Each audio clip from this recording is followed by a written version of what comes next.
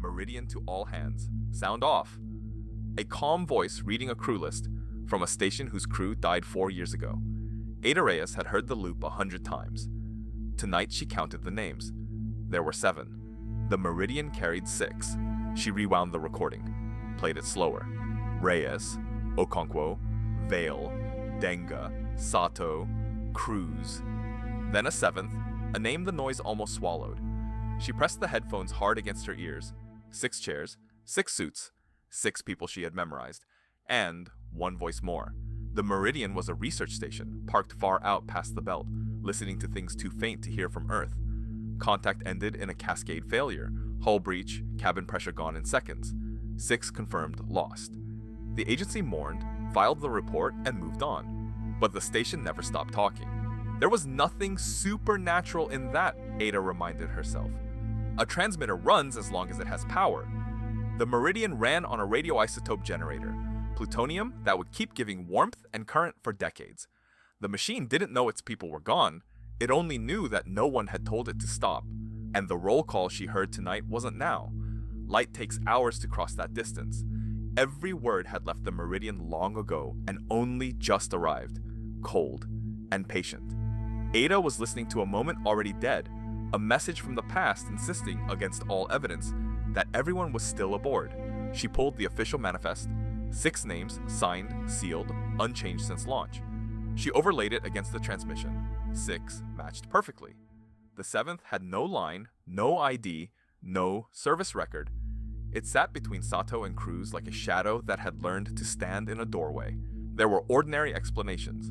A stowaway never logged, a corrupted file duplicating an entry, a docked craft, or an onboard system registering itself as crew, or, simple bleed, another transmitter drifting onto the same frequency. Ada wanted one of these to be true. She wanted it badly. She ran the audio through a signature analyzer. 6 voices, 6 clean prints, the crew she knew. The 7th returned nothing. Not a match, not a stranger, a flat, empty read, as if the sound carried no throat behind it. Software can't measure the vocal cords of no one. The truth was, Ada shouldn't still be assigned to the Meridian at all. She'd requested it. Denga, Mateo Denga, was her brother. 4 years, and she still played the loop each night to hear him say his own name. She told herself it was grief. It was closer to hope, so she worked it like a case because that was the only way to keep her hands from shaking. No stowaway. The launch mass was accounted for to the gram. No second craft. The Meridian's dock logs were empty. No frequency bleed. The carrier ID was the station's own, checksum intact. One by one, the easy answers died. Then she noticed something she'd missed 100 nights. The roll call didn't just read the names. After each, it waited and logged a response. Denga. Present. Sato. Present. 6 confirmations from a crew that couldn't confirm anything. And the 7th, the name with no record, also answered. Present. She compared the broadcast from tonight to one archived a year ago. The old file had 6 responses. 6. Somewhere, in 12 months, a 7th voice had started answering a call meant for the dead. The station wasn't malfunctioning the same way twice. It was changing. Something was accumulating out there. Desperate, she searched the 7th name against every database she could reach. One hit. A pre-flight systems test 11 months before launch, before the crew was even chosen. The name appeared once in a diagnostic no human had reason to write, then vanished. It had been aboard before any of them. Ada knew what she was about to do was forbidden. You listen, you do not transmit. But she keyed the array anyway, aimed it at that far, drifting grave, and sent one question into the dark. Meridian. Identify unlisted crew. Then she sat back and did the cruelest arithmetic in physics. Hours out, hours back. She didn't sleep. She watched the clock crawl through the light delay, imagining her words crossing that emptiness at the speed of light, brushing the station's antenna, and something turning the answer. Whatever replied would be replying to a woman who'd already lived a whole night without knowing. At 3:14 in the morning, the carrier stirred.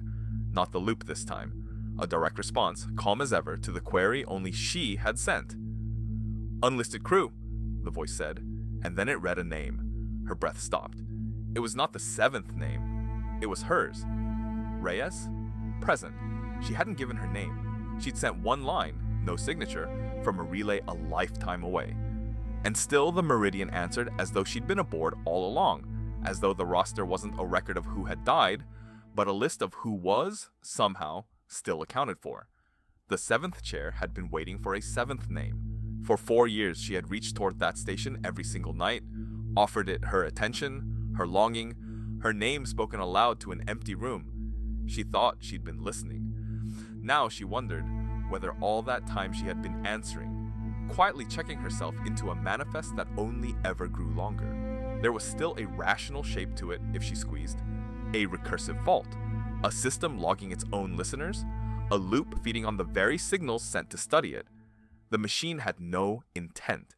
It only did what it was built to do, forever, because the last human order it ever received was, keep the crew accounted for. She should have flagged it, sealed the frequency, walked away. Instead, she erased the query from her logs, because at 3:14, buried in that reply, before her own name, she'd heard one more, faint, familiar. A man saying, the way he always had, half laughing, Denga, present, Mateo, answering 4 years too late or exactly on time. So here was her genuine, terrible choice. Cut the feed and keep her brother safely dead. A fact, a grief, a closed file. Or keep listening, keep answering, and let the count climb by one more name each year until the day the Meridian read the whole of her out loud and marked her present for good. She left the feed on. Of course she did. Every night now the roll call runs a little longer. Denga, Reyes, and lately, at the very end, a pause. As if the station is holding a place open, patient for whoever listens next, whoever needs badly enough to hear a dead voice say their name. Remember the delay. Whatever answered Ada Reyes answered long ago. The signal is only now washing over Earth, and it has not stopped. Somewhere, the Meridian is still sounding off, still counting, the list one name longer than any crew that ever flew. So when you hear a machine call the dead by name, don't answer, and whatever you do, don't count.